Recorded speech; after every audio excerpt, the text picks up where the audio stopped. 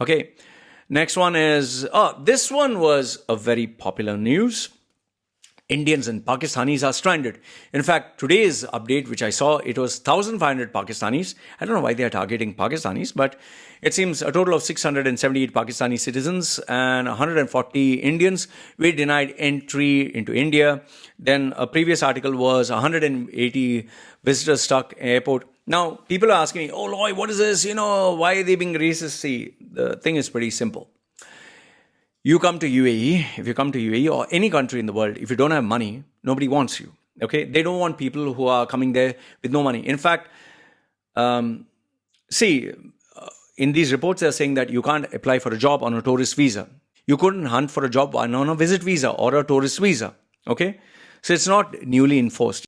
The only thing right now is they are clamping down because they don't want people coming down here, and during a crisis where there is this virus which they are trying to curtail, that you go around, looking out for a job and you become a spreader. On top of that, when you don't even have enough money for a hotel stay, you don't have money, why the fuck do you even travel? These people are fucking idiots. That's what they are. They are idiots. They don't have money. They are just trying to escape from their country, and then they get jacked. They have to go back with nothing. They spend their money, they pay the agent, they pay the airline ticket, and then they end up. In fact, I get so many people who send me messages, oh, Loy, I want to go to Dubai for a job and all that. When I tell them, why don't you book a professional service? I'll give you proper advice. No, Loy, I don't have any money. Don't have money to pay me even for my service, but you have the money to go to Dubai, UAE, and then you realize only then, oh, fuck, I did a mistake. So that's why you prefer losing thousands than paying hundreds and getting the right advice. So you deserve it. Very good. You deserve it. I don't feel an iota of sympathy. And I'll tell you one more thing. For those of you who feel sympathy and pity for such people who are jobless, why don't you give them some of your money? Why don't you help them for free? Help them get a job and do something about it. You're not willing to do anything, but you want to bitch and moan about it. I would say UAE is not wrong on this. UAE is absolutely right, because just like UAE, America, Canada, any country, even Thailand, you don't have fucking money, don't come to the country. That's what they say. So you tell me if I'm wrong or right. Okay. This one is UAE rules for visitors from India, Pakistan, Afghanistan, Bangladesh, and Nepal. They have tightened these rules for these 5 countries because the reason being is it's nothing got to do with racism. It's very simple, because the number of people who are trying to escape from their country and come here, breaking rules, which is one thing, but not having the money to sustain or survive, nobody wants you, man. It's as simple as that. It's nothing got to do with racism. It's a very simple thing. Dubai is an expensive place. You want to come down there, you're not for a job, no problem, but at least have the fuckloads of money, or at least basic money to take care of your expenses. You don't want to have that much. I mean, look at this. The next article, I think, will give you some insights.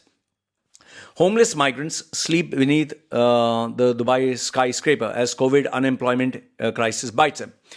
Blue collars from Asia and Africa find themselves without a job, without any money, and they have to sleep on the streets. Migrant workers, they are left abandoned. They don't have money for jobs, they don't have money for visa, they don't have money to go back home. And it seems that 900,000 jobs are under threat. They have given example of an office wife from Sri Lanka, a graphic designer from Philippines, housemaid from Bangladesh, security guard from Nigeria.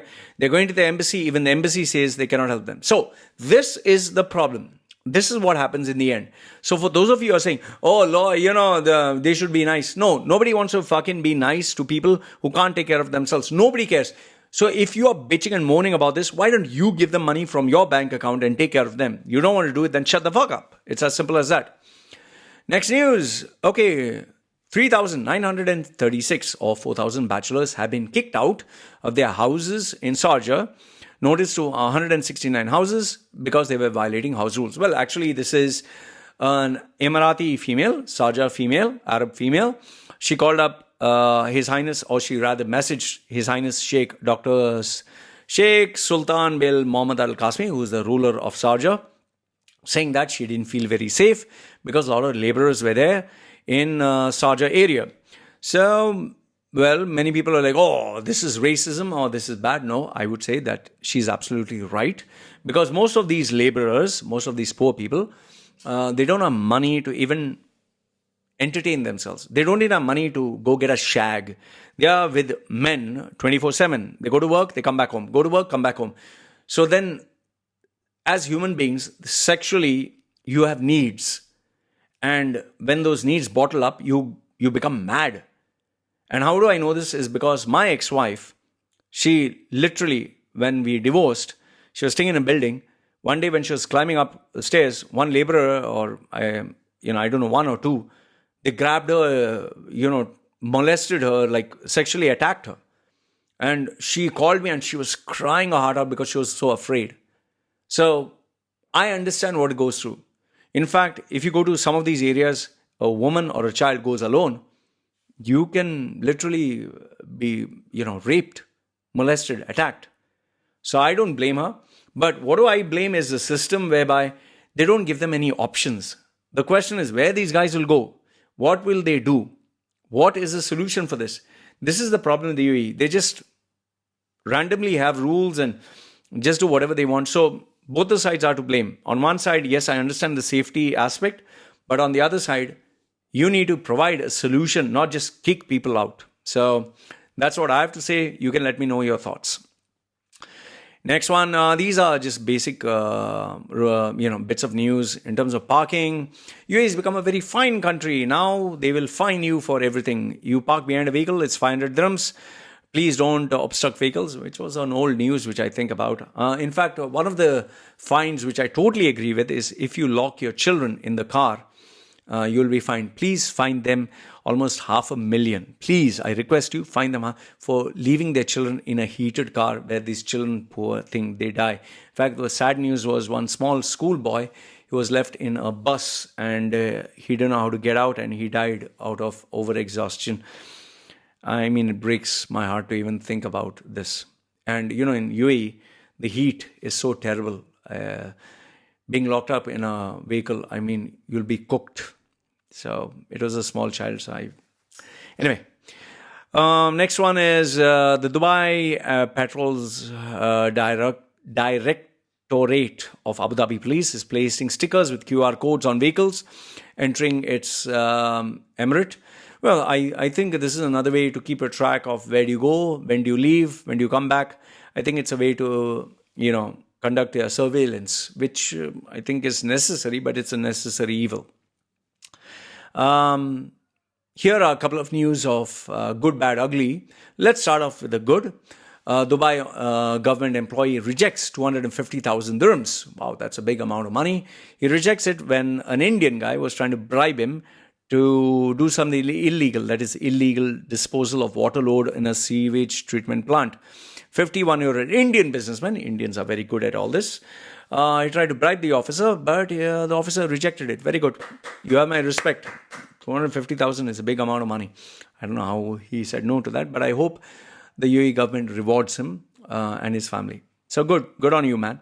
5 men rob a villa for 250,000 dirhams, jewelry and 70,000 dirhams from a Dubai villa. You have 3 Tanzanians and a Bangladeshi and a South African man. Please deport all of them. The number of crimes will increase as people, go through tough times because they need to survive and sustain. So they need to clamp them. I would say immediately deport such individuals. Next one, woman commits a fraud of 37,000 dirhams. Rent fraud, she is to go on trial. Well, you commit a crime, you have to be deported. Then a couple of UAE expats, they commit a crime by positioning themselves as CEO of a private jet company. Wow. And they send, that also, why I find this funny is because they send a WhatsApp message and they wanted 2 iPhone X, 2 perfumes and a flower bouquet to be sent to their guests in UAE. And they had sent a fake WhatsApp message. WhatsApp message was real, but they showed a fake kind of receipt where they had wired 25,000 dirhams with gifts to the company's bank account, it seems. They sent a WhatsApp. People still fall for this bullshit when you send a WhatsApp and they buy into it. You should receive a proper email. If you have a PayPal account or if you have a bank account, you should get a proper email from the bank. You should check your bank account. Once it's confirmed, only then do it.